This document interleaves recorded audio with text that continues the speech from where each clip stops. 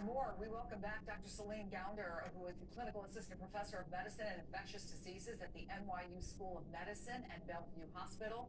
She was part of a panel that advised the Biden transition team on COVID-19, and she also hosts a weekly podcast on the impact of the coronavirus called Epidemic.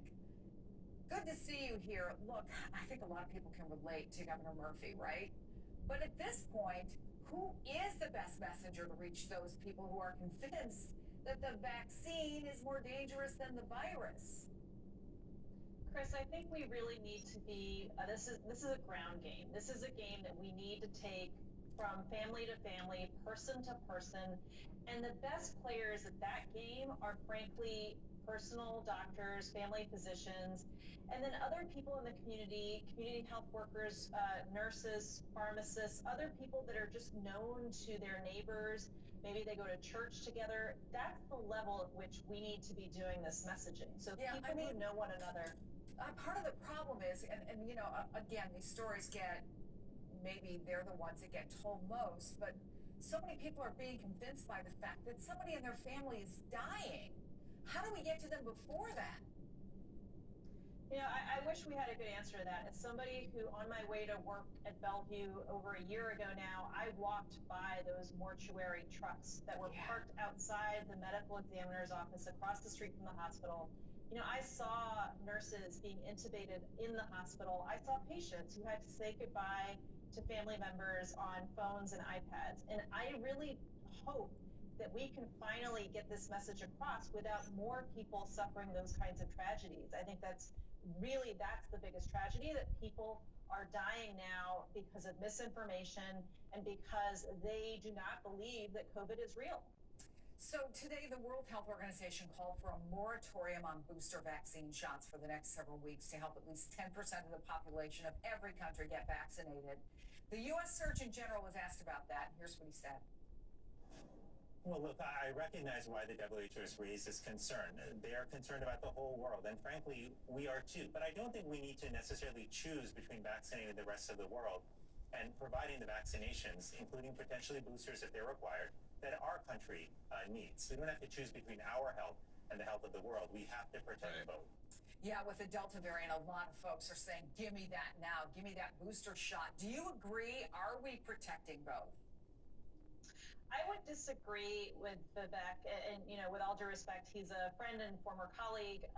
But I think the best way to protect ourselves, and I say this as somebody who also vaccinated very early on as a frontline healthcare provider. You know, I'm more than 6 months out from my vaccinations, but I know I will be better protected if people who are not yet vaccinated, and that includes people here in the US, people overseas, if they get vaccinated first. That will actually offer me personally better protection.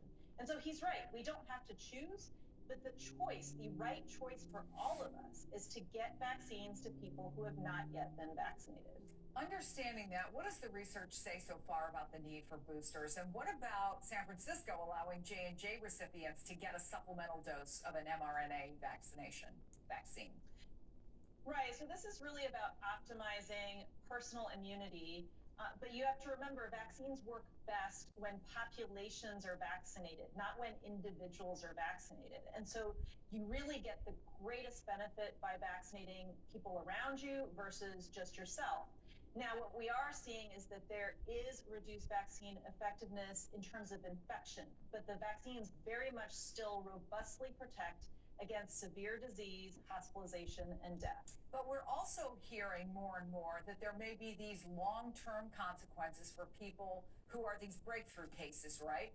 And they could have ongoing problems, a range of problems. They're not going to end up in the hospital necessarily. They're not going to end up dead, but they might lose their sense of taste or smell, or they might find themselves fatigued for months on end.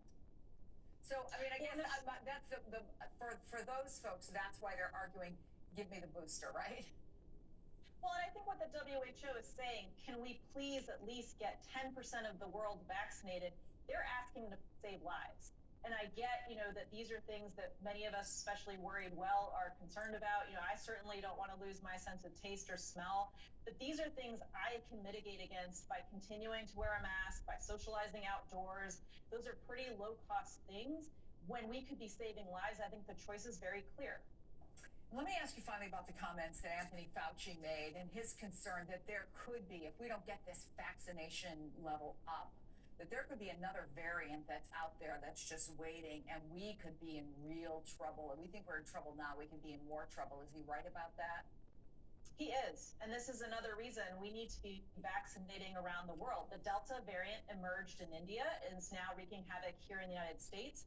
The Lambda variant, which has emerged out of Peru, is on the heels of Delta and may be an even bigger threat.